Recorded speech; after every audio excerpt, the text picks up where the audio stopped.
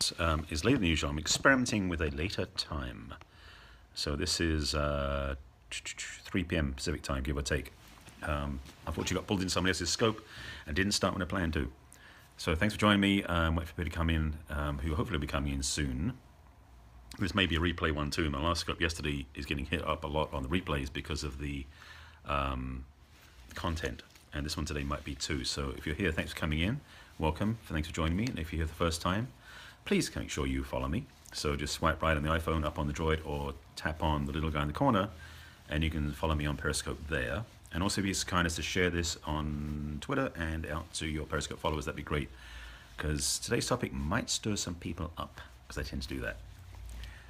Thanks for joining me. Thanks for coming in, and welcome to my broadcast. My name is Barry Selby. Kind of obvious since that's my handle. I am a relationship coach known as the Love Doctor, which is in my handle as well. I teach, coach, guide, and speak about relationships. And mostly working with single women who want to transform their experience, but with guys too who want to learn. And today's topic, this is True Love Tuesday, is today's theme. Yesterday was Man Up Monday, and if you're a guy, I recommend watching the replay. It's on Catch now because it's already expired on Periscope. But that was about alpha versus aggressive, and it really landed hard for some of the people watching. So it's a good one to watch if you haven't caught up yet. Today's one is actually about is couples, because Monday is Man Up Monday, Wednesday is Woman Up Wednesday, today's True Love Tuesday. Got to make the alliteration work. Anyway, today's topic is basically about how opposites attract, which is the problem. And I'll get into what that means more specifically as we go through. So first of all, if you do me a favor, and if you're here for the first time, please put a 1 in the comments, or just say hi and your name so I know if you're here for the first time. I can actually welcome you and greet you and say hi.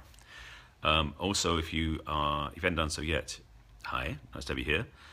Also, if you haven't yet a chance to share with your followers, please do share your followers on Twitter and on Periscope as well. Because my Twitter link from Periscope is broken. It's been about 4 weeks now, where every time I launch a broadcast, it says Twitter can't announce it, which is annoying until the replay. So, thank you for saying hi, welcome. And I guess the other people are going to be silent, which is fine. So, what started this thought process for me was I saw a video. In fact, I posted the video on Facebook earlier today, which was, hi, nice to have you here as well, which was actually a recording. I'm not sure if it was last night's show or a recent show of the Jimmy Fallon Tonight Show, where he was talking to, name went out of my head. An interview he had with, her name will come back to me, Australian actress, originally was with, who was she with? Mel Gibson? No. Damn. She's married to, she's married to a country singer now. This is how bad I'm with names. It will come back to me, I'm sure. Anyway, so Jimmy Fallon's show was interviewing her, and I'm going to have to look it up because this is really embarrassing. I should be able to find it. Nicole Kidman. That's what it was. Nicole Kidman. I guess the show was from last week sometime. That was it. Thank you. You got it just as I said it. So awesome. Anyway, it was a very cute and funny interview because it was basically when they talked about how they first met and how they didn't have the same perspective at all. He thought that she was being brought over by a mutual friend of theirs to try out for a movie role or a TV show or something like that. She was coming over with this guy to meet Jimmy, thinking he was cute and hot, would have actually probably gone out with him. It was hilariously funny and embarrassing for both parties, which was really funny. But the thing that came up for me in the thought was about how we're so different, men and women, that is. And I put in my title, opposites attract, because in ideal situations, as masculine men and feminine women, we are opposite, which makes the attraction stronger. I talked about this in previous scopes, about the chemistry and the reaction of the polarity of the two masculine and feminine polarities. They're very attractive to each other, which makes great chemistry, great sex, and great passion. However, the caveat with that, the downside of that, is that when we are such opposites, we rarely understand each other. And for men and women, there is such a discord, a disparate, separate perspective that it makes it hard to understand. And I was talking to a client earlier today who's trying to stop with her boyfriend because he did something. He broke a serious groundwork between them, and it really upset her. And they've been talking about it since the event happened, and it sounds like, from what she's told me, is that he's basically forgotten about it. It's like, it's done, it's over, it's complete. Which may or may not be true, but she can't tell. Because being a woman, and him being a man, there is this wall of communication block in between. We don't usually understand each other very well, because women tend to speak emotionally, men tend to speak logically. Tend to. Not always, but tend to. Which are two different languages. Now, I'm not going to get into other things like NLP or Gary Chapman's 5 love languages, which talks about different ways of connecting and sharing our love. This is about communication styles and ability to listen and hear each other and be sensitive. For women, generally speaking, their process of articulation comes from their feeling level, which men aren't very comfortable with. I know, I am one.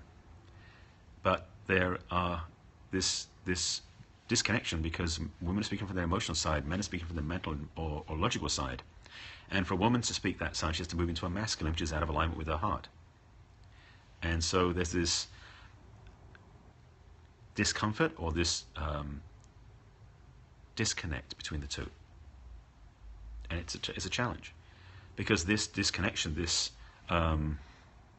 limitation, is a breakdown. And I'm going to say this, it's what makes a lot of relationships fail, to be honest, because there's a lack of understanding. Now, I'm going to give some tips and solutions. I'm not going to leave you hanging with the, like, oh, screwed up, now you've lost. But if you've experienced this before, and if you want to say something in the comments, I'd appreciate you letting me know. I'm pretty sure that anybody watching this video is going to have the experience of going, yeah, I've been there, done that. Because it's not something very easy to understand necessarily, because we're not trained with this, not raised with this. We don't come with user manuals when we're born. Yeah, I understand. So we don't come with user manuals. Hi, Suze, nice to have you here. Sorry, checking to see who, Suzanne. Thanks for being here. It's like we don't come with user manuals, or nor do our partners. So how do we figure out how to understand each other and work with each other? For many of us, we don't have anything like that, so we have failure rates that are higher than they should be. I'm talking about, that's almost like technology speaking, but the thing is, we don't have the tools.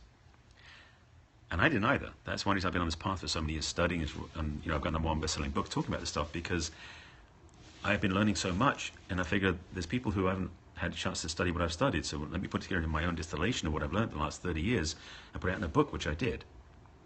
And it's something that I find is very challenging for a lot of people, because relationships are something that we think should work easily and gracefully, and then we get into it and it's like, oh boy, it's like shoveling coal, it's hard work. I don't know where that analogy came from, but it just did. So some tools, some keys. I'll give you those at least, because I want to make the scope fairly succinct, and I'll make sure you have a chance to think about it and work with it. First of all, be aware of the fact that you do have different communication styles. Men and women communicate differently.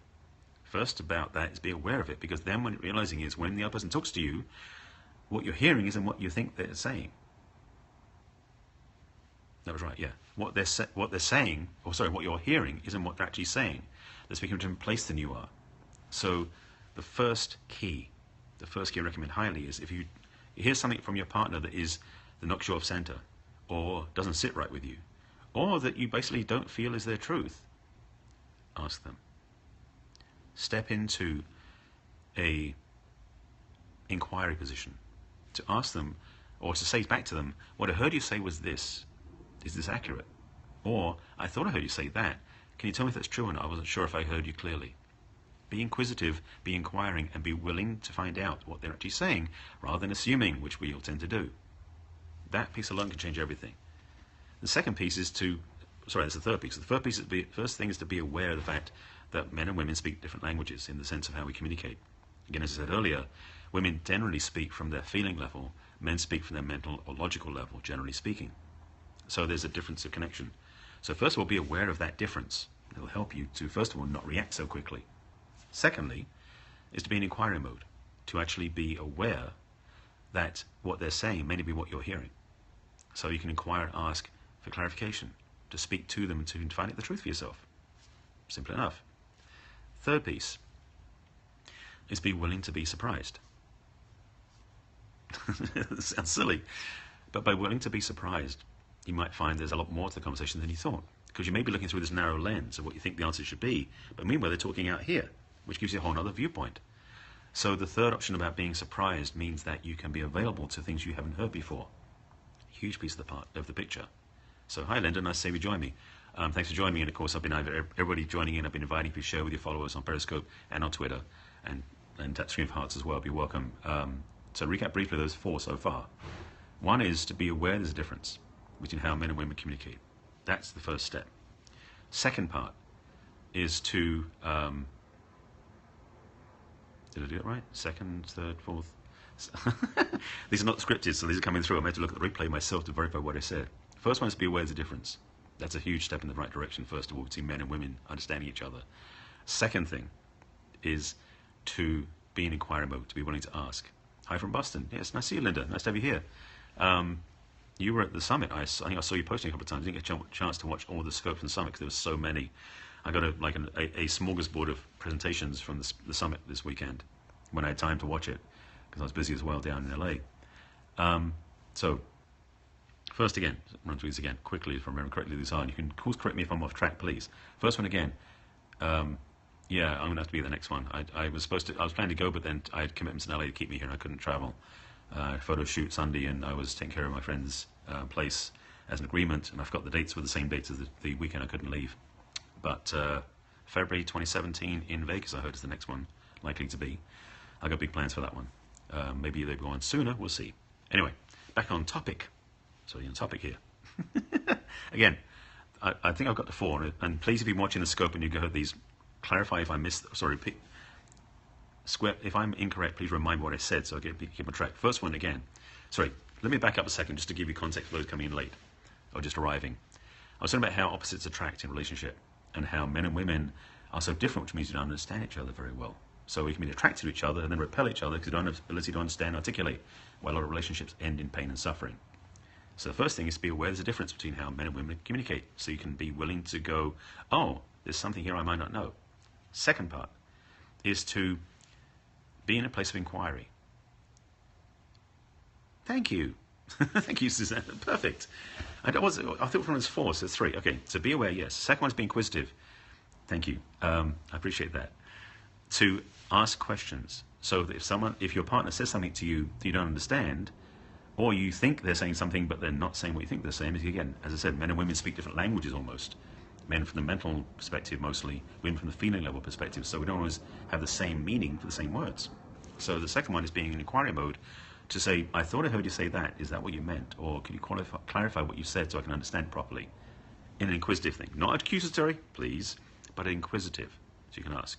Third one, as Suzanne kind of reminded me, is also to be willing to be surprised. Because we may be looking for an answer within a certain framework, a certain container, but the answer may be coming over the top. So be willing to be surprised at something outside the framework you're used to. Those 3 pieces alone will likely transform every relationship you have with the opposite sex. Not just romantic, but family, business, social, even Periscope. So there's different things.